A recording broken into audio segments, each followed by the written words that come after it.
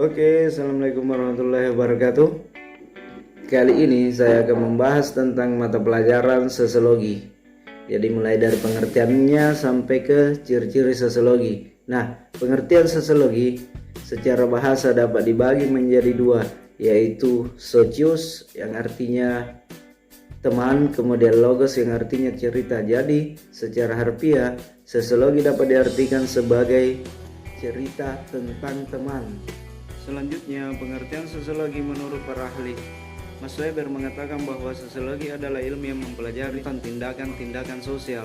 Nah, tindakan sosial yang masuk di sini adalah sebuah tindakan yang berhubungan dengan orang lain. Ketika seseorang bertindak dan memiliki imbas terhadap orang lain, itulah tindakan sosial. Contoh, seseorang marah terhadap orang lain kemudian diam, itu adalah bukan tindakan sosial. Namun ketika orang yang marah ini melempar orang yang membuatnya marah, itu adalah sebuah tindakan sosial. Kemudian sosiologi menurut Selo Sumarjang adalah ilmu yang mempelajari tentang struktur sosial, proses sosial, dan juga perubahan sosial. Nah, struktur sosial di sini yang dimaksud itu adalah tatanan atau sistem atau tingkatan sosial. Salah satu contohnya misalnya tentang tingkatan sosial yang ada di sekitar kita, dilihat dari sisi ekonomi, itu di masyarakat terdapat masyarakat kaya, kemudian masyarakat menengah, dan masyarakat miskin. Dan yang terakhir, sosiologi menurut Surjono Sukanto adalah suatu ilmu yang mempelajari masyarakat secara keseluruhan dan hubungan-hubungan yang ada dalam masyarakat. Bisa disimpulkan bahwa sosiologi ini adalah ilmu yang mempelajari tentang kehidupan masyarakat. Seperti ilmu-ilmu sosial lainnya, sosiologi ini memiliki 4 ciri.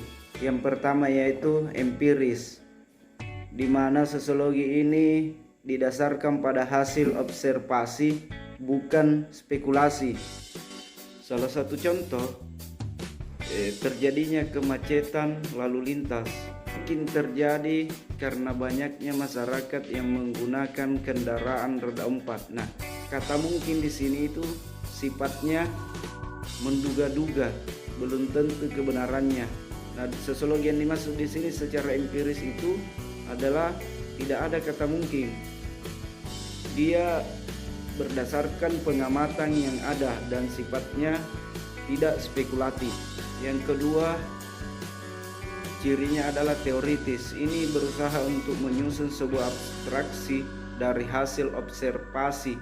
Jadi dari ciri pertama ini memunculkan suatu gambaran dasar terhadap apa yang kemudian diteliti. Ini adalah disebut dengan teoritis. Yang kedua, tentang kumulatif. Kumulatif di sini bahwa sosiologi ini didasarkan pada teori-teori yang sudah ada dan bisa mengembangkan teori itu, bahkan membuat teori baru dari hasil ciri-ciri pertama. Kemudian yang terakhir adalah non-etis. Di sini sosiologi tidak membicarakan tentang baik buruknya sesuatu itu, tetapi membicarakan seperti itu sesungguhnya. Salah satu contoh misalnya, ada kejadian kenakalan remaja. Sosiologi tidak menceritakan bahwa kenakalan remaja ini tidak baik atau baik, tapi dia menceritakan seperti ini sehingga terjadi yang namanya kenakalan remaja, dan ini penyebabnya sesuai dengan observasi yang dilakukan atau pengamatan yang dilakukan oleh ilmu sosiologi. Oke, sekian materi tentang sosiologi. Assalamualaikum warahmatullahi wabarakatuh.